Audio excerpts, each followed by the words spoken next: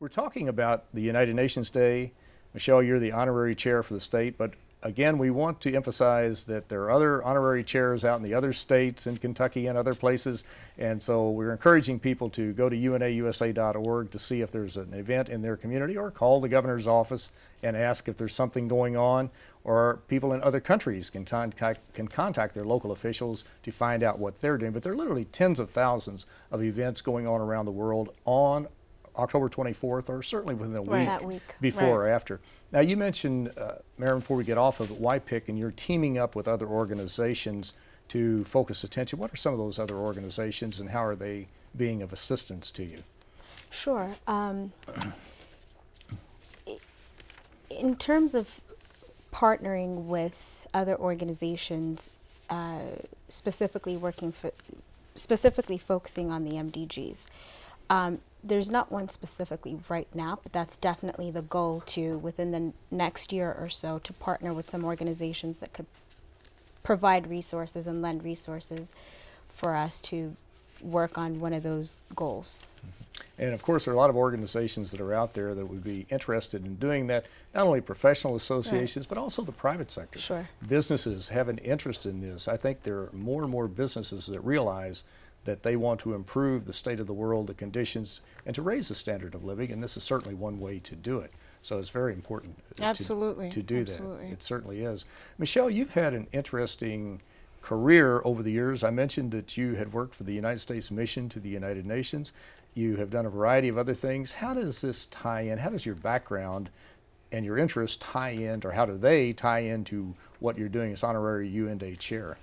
Well, I was born and raised in New York City. My family's from Central America. They're from the Republic of Panama. And I was always interested in international community and other cultures and other languages.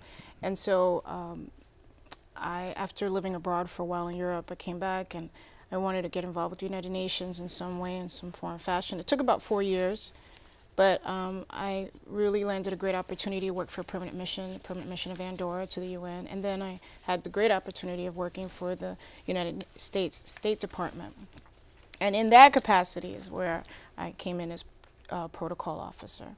And as I mentioned to you, my second day at work was 9/11, and I think that pretty much shaped me in terms of what is important in life: family, your health, longevity, and also feeling unified with your community.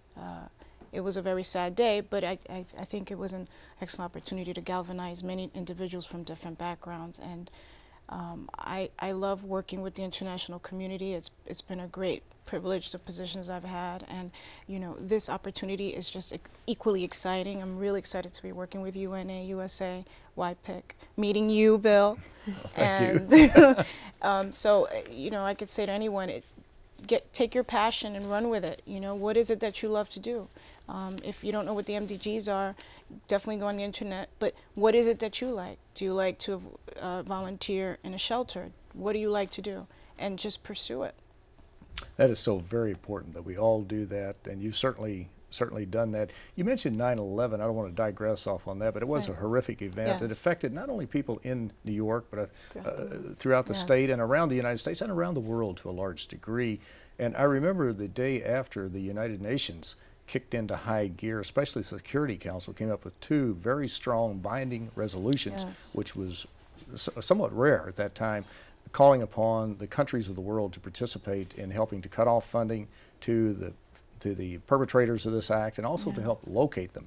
And there were many services there provided. Of course, the United Nations has been one of the main targets too. A lot of people don't realize that the White House in Washington, D.C., the U.S. Capitol, and the United Nations, along with a few other spots here in New York City, are main targets of various attacks. So it just brought to mind that. Yes, I mean, what I'd like to add is that, you know, during this time of being, unfortunately, being very aware of your surroundings and this environment of fear, this is a great opportunity to galvanize and to learn about what the UN is all about, and to do your part as a global citizen.